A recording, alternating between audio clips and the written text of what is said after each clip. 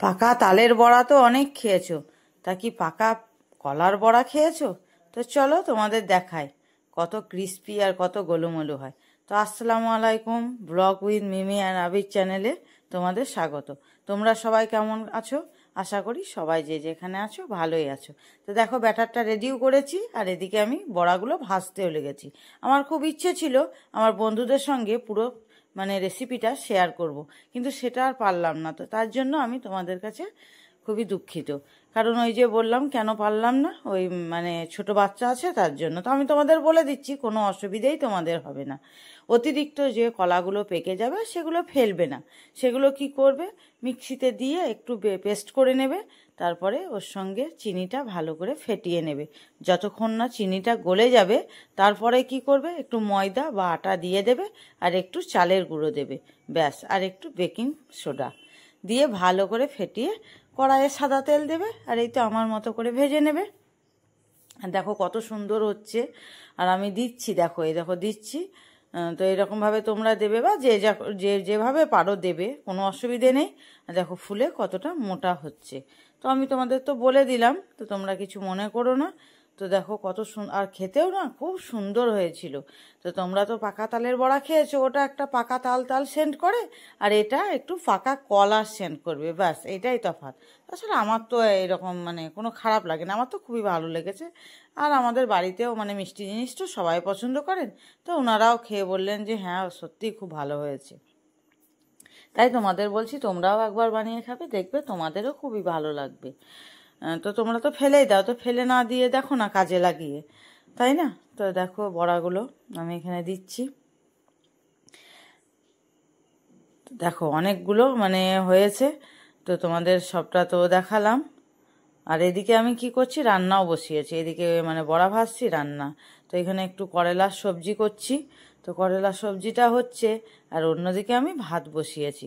তো আমি তোমাদের সঙ্গে তো সবটাই শেয়ার করি, তাই না? তো দেখো ভাতটাই বা কেন দেখাবো না। তবে দেখো ভাতটাও দেখালাম, এটা বসিয়েছি, আর একটু ঢ্যাঁড়সের সবজি করেছি। তো ঢ্যাঁড়সটা হয়ে গেছে, আর এদিকে একটু ডাল ভিজিয়েছি, এটা হচ্ছে খেসারির ডাল। এখানে একটু বড়া করব, আমার মেয়ের জন্য, ও আবার বড়া খাবে। আর একটু ফুলুরি করে দেবো, আজকে রান্না করব না, ফুলুরিটা করে রেখে দেবো, অন্যদিন রান্না করে দেবো। আর এখানে চারটে আমরা নিয়েছি। এবার তোমরা বলবে চারটে কেন, কারণ এই যে এই কদম, আর দেখছো না তোমরা, কদম হয়তো অনেকে দেখোনি, কিন্তু কদম কদম ফুল, কদমটা তো সকলে শুনেছো, তাই না?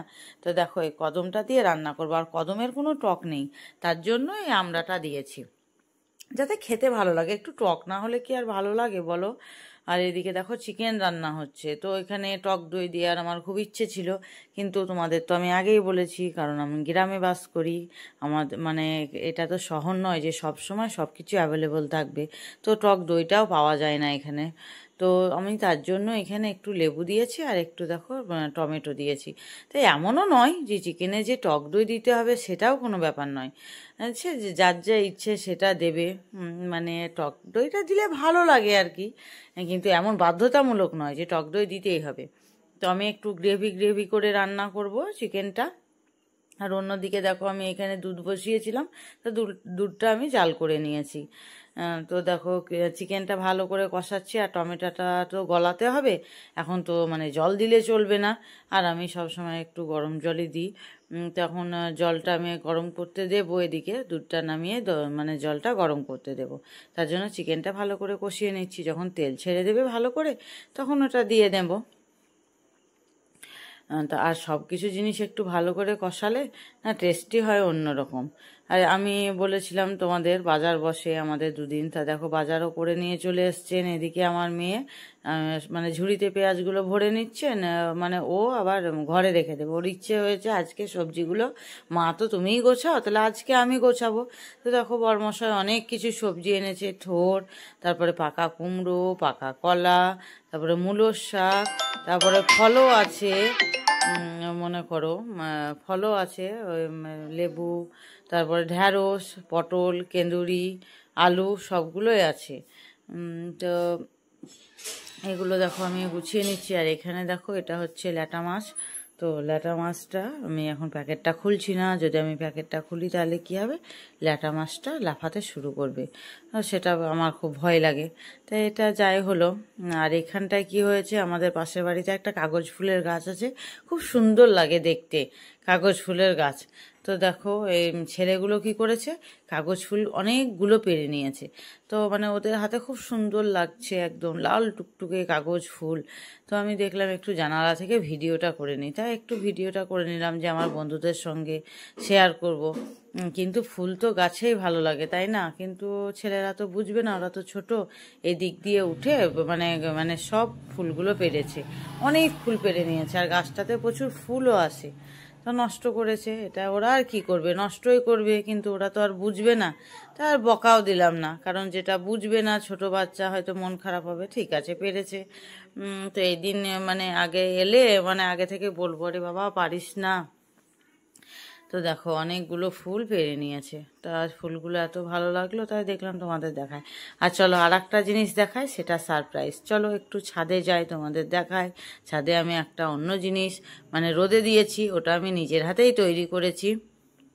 তা চলো দেখায়, ছাদটা যাই, তোমাদের সঙ্গে শেয়ার করি। এখন আমার ছেলেটা ঘুমিয়ে আছে, তাই ভাবলাম চলো আমার বন্ধুদের সঙ্গে আমি যেটা করেছি সেটা দেখাতে পারিনি, কিন্তু রোদে দিয়েছি, চলো সেটাই দেখায়। তো ছাদটা খুললাম, তো দেখি জুতো দুটো পরে নিই, ছাদে যাব, পায়ে ধুলো লেগে যাবে। বাবা, ছাদে এসে দেখছি সেটা তো নাই, এই তো এইখানে আছে। এই দেখো এই বড়িগুলো আমি দিয়েছিলাম, তো বড়িগুলো শুকিয়েও গেছে, ভালো রোদও পেয়েছে, আর দেখো কত সাদা ধপধপে হয়েছে, আর পেছনটা দেখো কত সুন্দর হয়েছে একদম। এটা আমি নিজের হাতেই দিয়েছি। তো অন্য কোনো দিন তোমাদেরকে রেসিপিটা আমি বলবো, তোমরা আমাকে কমেন্টে বলবে কেউ যদি দেখতে চাও। তো চলো আবার জুতোটা পরে নিই, ছাদে যখন বড়িটা নেই তো দেখিয়ে দিলাম। কিন্তু চলো ছাদের পরিবেশটা দেখায়, চারিদিকটা কতটা মানে সবুজ। এই দেখো এটা তো বাগান, তো বাগানে দেখো একটা নারকেল গাছ, আমি তোমাদের আগেও দেখিয়েছি বাগান, হয়তো তোমাদের হয়তো মনে নাই, বা কেউ হয়তো দেখেছো, কেউ দেখোনি, সবাই তো আমার ভিডিও দেখো না। তো দেখো এখানে নারকেল গাছ, অনেকগুলো ছোট ছোট নারকেল এসছে, পড়েও যাচ্ছে। এখানে প্রচুর আমের গাছ। আর এই দেখো এটা হচ্ছে মেহেন্দির গাছ। তো এটা মানে বেটে লাগালে শিলপাটায় বাটবে বা মিক্সিতে যে যাই বাটবে, বেটে হাতে লাগালে হাতটা লাল টুকটুকে হয়ে যাবে। আর এটা লেবুর গাছ, তো 3-4 বছর হয়ে গেল কেনা লেবু, তো এখনও লেবু ধরছে না, কেন জানি না। এখন কেন ধরছে না কী করে বলবো বলো। তো অনেকগুলো মেহেন্দি গাছ ছিল, অনেক মানে কাটা হয়েছে, সব ঝোপঝাড় হয়ে যাচ্ছিল। আর বাগানে অনেক ঘাসও হয়েছিল, সেগুলো মানে মেরে দেওয়ার ব্যবস্থা হলো, পোকা টোকা আসছিল। আর চারিদিকটা দেখায় তোমাদের কতটা সবুজ, আর আমাদের বাড়ির পাশে সেই তোমাদের মানে পুকুরটা তো দেখায়, মানে সবুজ পুকুর, মানে সবুজ পুকুর কি আর হয় বলো তো। ওটা একদম শ্যাওলা জমে গেছে, দেখো মনে হচ্ছে ওটা পুকুর, কিন্তু ওটা পুকুর, হ্যাঁ একদম শ্যাওলাতে ভর্তি। সে মানে বাড়ির পাশে দেখায় কত তাল পড়েছিল, তালের সময় আর কি। আর এদিকে দেখো একটা আম গাছ, তো চারিদিকটা সবুজ, খুবই ভালো লাগবে আমার, তাই আমি ভাবলাম তোমাদেরকেও দেখাই।